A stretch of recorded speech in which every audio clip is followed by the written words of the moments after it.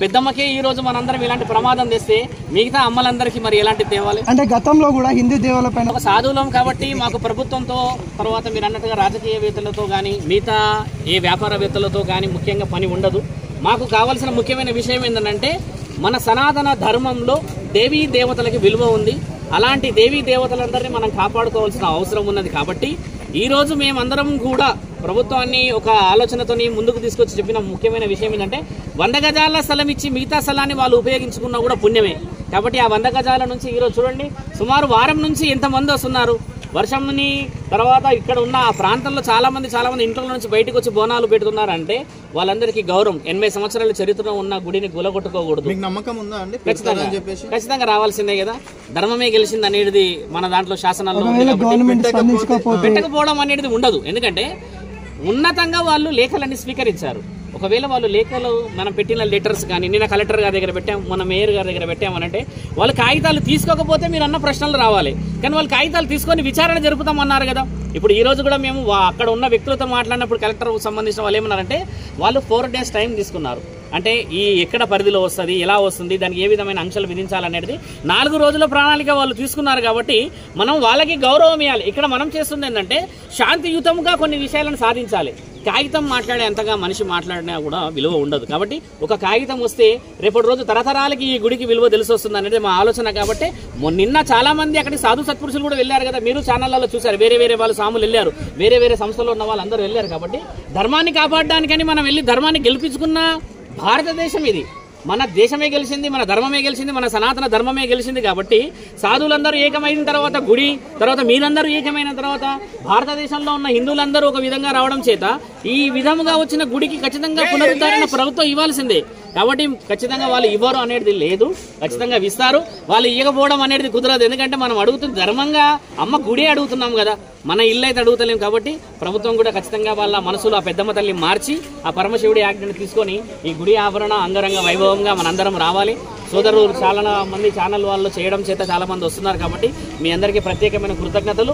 ముఖ్యంగా ఈ రోజు అక్కడ బోనాన్ని సమర్పించిన ఆ కారణ జన్మల తల్లులకు కూడా నిండుగా సుభిక్షత సౌభాగ్యం రావాలని చెప్పేసి సాధు సంతులుగా ఉన్నాము.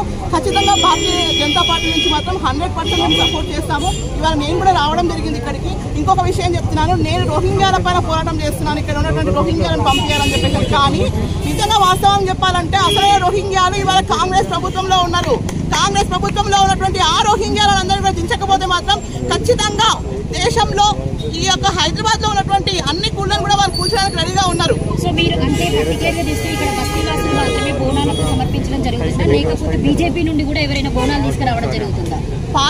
పార్టీలు ఏం లేవండి. ఇక్కడ జెండా ఒకటే, ఎజెండా ఒకటే. కేవలం మా గుళ్ళను మేము కాపాడుకోవాలి, మన గుళ్ళను ఏవైతే ఉన్నాయో వాటిని కాపాడుకోవడమే మా యొక్క లక్ష్యం, అంతే తప్ప ఇక్కడ పార్టీ పరంగానో లేకపోతే ఒక కులం పరంగానో ఒక మతం ఒక విధంగా ప్రాంతం పరంగానో నేను రాలేదు ఇక్కడికి. నేను ఒక హిందువుగా ఒక మహిళగా నా యొక్క సంస్కృతి సాంప్రదాయాన్ని కాపాడుకోవడానికి, అదేవిధంగా ఈ గుడిలను ఏవైతే ఉన్నాయో వాటిని ఖచ్చితంగా కాపాడుకోవడానికి. ఎందుకు ప్రతిసారి హిందువుల పైన హిందూ ఆలయాల పైన దాడులు జరిగినప్పుడు కేవలం బీజేపీ మాత్రమే వస్తుంది, వేరే పార్టీలు ఎందుకు రావట్లేదు?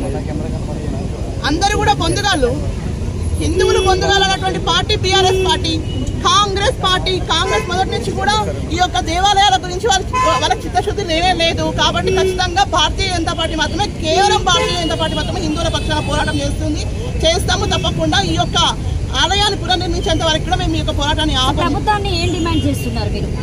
ఖచ్చితంగా ఉన్నటువంటి ప్లేస్ లోనే అమ్మవారిని ప్రాణ ప్రతిష్ఠ చేసి ఆ యొక్క గుడికి సంబంధించినటువంటి గుడిని మళ్ళీ పునర్నిర్మించి అక్కడ అంగరంగ వైభవంగా అమ్మవారి విగ్రహాన్ని అక్కడ పెట్టాల్సిందే. అక్కడ మళ్ళీ యథావిధిగా బోనాల పండుగలు చేసుకోవాల్సిందే. మన యొక్క అన్ని పండుగలు అక్కడ చేసుకునేంత వరకు కూడా ఈ యొక్క ఉద్యమాన్ని మేము ఖచ్చితంగా ఈ రోజు పెద్ద ఎత్తున బోనాలు తీసుకోవాలని పిలిపించారు. అయితే సెంట్రల్ లో హోమ్ మినిస్టర్ బండి సంజయ్ గారు ఉన్నారు.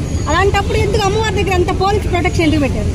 సెంట్రల్ హోమ్ మినిస్టర్ గా సంజయ్ అన్న గారు కూడా సపోర్ట్ చేశారండి ఈ విషయం పైన. ఎప్పుడైనా కూడా సంజయ్ అన్న ఫస్ట్ స్పందిస్తారు, హిందువులకు ఏమైనా జరిగినా కూడా ఈ విషయం పైన కూడా స్పందించారు. వారు కూడా ఖచ్చితంగా రేపు ఎల్లుండో వస్తారు, ఇక్కడికి వస్తారు ఖచ్చితంగా ఇక్కడ. కానీ ఒక విషయం గుర్తుపెట్టుకోవాలి, సెంట్రల్ పోలీస్ ఫోర్స్ అనేది ఇక్కడ లేదు. కేవలం ఇది రాష్ట్ర ప్రభుత్వం చేస్తున్నటువంటి కుట్ర. ఇక్కడ ఉన్నటువంటి ఆ యొక్క భూమి చాలా విలువైనటువంటి భూమి. ఆ యొక్క గుడిని తొలగిస్తే ఇక్కడ ఏ అపార్ట్మెంట్ లేకుంటే ఏదో కమర్షియల్ గా వాళ్ళు బిల్డింగ్స్ లో రెడీ చేయడానికి అని చెప్పేసి ప్లాన్ చేసారు. అదేవిధంగా హెచ్సీలో కూడా అదే పని చేసారు వాళ్ళు. ఇప్పుడు ఇక్కడ కూడా అదే పని చేస్తూ ఉన్నారు. ఖచ్చితంగా హిందువుల జోలికి వస్తే మాత్రం వదిలిపెట్టేటువంటి ప్రసక్తి లేనే లేదు. మీ కార్యాచరణ ఎలా ఉండబోతుంది మరి? అక్కడ పోలీసులు పోనీయట్లేదు అమ్మవారిని చూడడానికి. తప్పకుండా ఆపడానికి వాళ్ళు హిందువులు కాదా, మీరందరూ హిందువులు కాదా? మనం అందరం కలిసి పోదాం పదండి. మీడియా తరపు నుంచి మీరు రండి, పోలీసులను తీసుకొని పోదాం, మనం రండక్క అని చెప్పేసి వాళ్ళు బోనాలు సమర్పించరా?